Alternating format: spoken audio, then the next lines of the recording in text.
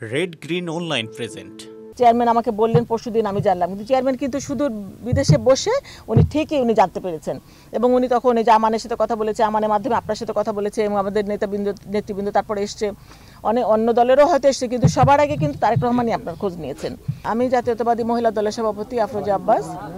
আমরা এসেছি আজকে আমাদের অ্যাক্টিং চেয়ারম্যান তারেক রহমানের পক্ষ থেকে এই নির্যাতিত পরিবারের পাশে দাঁড়াতে। আমার মনে হয় এখানে অনেকেই এসেছেন, কিন্তু সবার আগে দেশনায়ক তারেক রহমানই যোগাযোগ করেছেন এবং বলেছেন যে এই ভিকটিম ফ্যামিলির সাথে কথা বলেছেন, ওর সাথে কথা বলেছে যে আমি পাশে আছি। নির্যাতিত মহিলা বলে ওনাকে বলেছেন যে বোন, আমি আপনার পাশে আছি, আমার দল আপনার পাশে আছে এবং সার্বক্ষণিক ওরা দেখবে। হ্যাঁ, তো আপনার যে কোনো সুবিধা অসুবিধা ওনা বলছে আমার যতটুকু সম্ভব আমি দেখার চেষ্টা করব।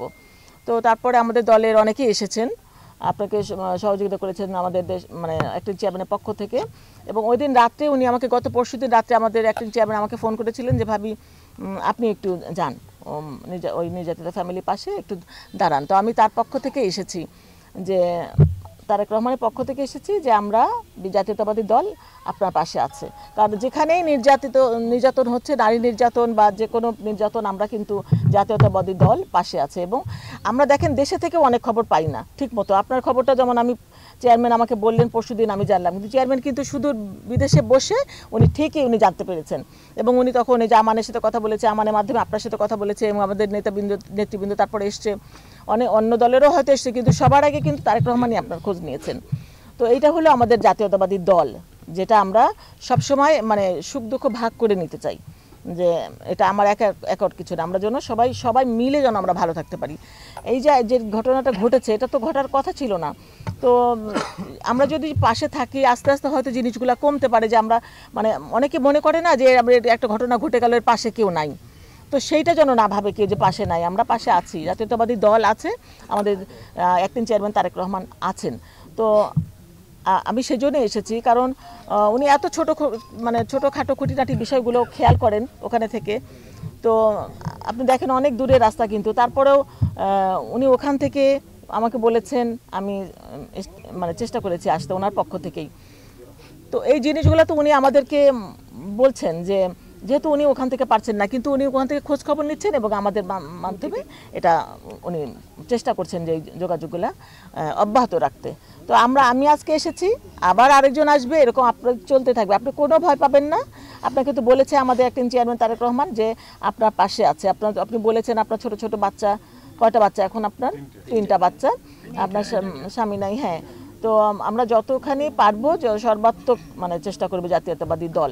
আমাদের খালেদা জিয়া, আমাদের দেশনেত্রী খালেদা জিয়া, উনিও কিন্তু সবসময় নারী নির্যাতনের বিপক্ষে দাঁড়াতেন এবং আমাদের বলতেন যেখানেই নারী নির্যাতন সেখানেই তোমরা মহিলা দল দাঁড়াবে গিয়ে। তো আমরা কিন্তু এগুলো শিখেছি যে আমরা যেটুকু পারি সেটুকু নিয়েই আমরা যেন পাশে দাঁড়াতে পারি। কারণ শহীদ রাষ্ট্রপতি জিয়াউর রহমান কিন্তু বলেছেন আমরা বিলিয়ে খাবার দল, আমরা ছিনিয়ে খাওয়ার দল না, আমরা বিলিয়ে খাওয়ার দল করি, যাতে আমরা এক মুঠো ভাত যেন সবাই মিলে খেতে পারি। তো সেই দল করি আমরা। সুতরাং আমাদের সুযোগ্য সন্তান দেশনায়ক তারেক রহমান, আমাদের শহীদ প্রেসিডেন্ট জিয়াউর রহমানের দেশনেত্রী বেগম খালেদা জিয়ার, এবং উনি তো আরও বেশি মানে বলিষ্ঠ এবং জ্ঞানীগুণী মানুষ, এবং উনি খুব ভালো বুঝেন যে মানে উনি মানে কখন আসবেন কি আসবেন, কিন্তু আমরা কিন্তু ফিল করতে পারছি না যে উনি দেশে নাই, তাই না? আমরা কিন্তু সবসময় মনে হচ্ছে উনি আছে, কারণ উনি সব সময় সব খবর আমাদের নিচ্ছেন। তো সেটাই আমি বলতে চাই দেশনায়ক তারেক রহমানের পক্ষ থেকে, যে আমরা উনি যেভাবে ওখান থেকে আপনার খবর নিয়েছেন, আজকে আমাকে পাঠিয়েছেন, আমি এসেছি, আমার সার্বক্ষণিক আছে, এখানকার নেতৃবৃন্দ আছে, এবং আপনারা এরপরেও আমাদের আরও অনেক নেতা আসবে, মানে একজনের পর একজন আসবে। আপনি কোনো ভয় পাবেন না, কোনো চিন্তা করবেন না, ইনশাআল্লাহ। হয়তো অনেক ভালো আপনাকে রাখতে পারবো না, কিন্তু আপনি অনেক অসুবিধায়ও থাকবেন না, ইনশাআল্লাহ।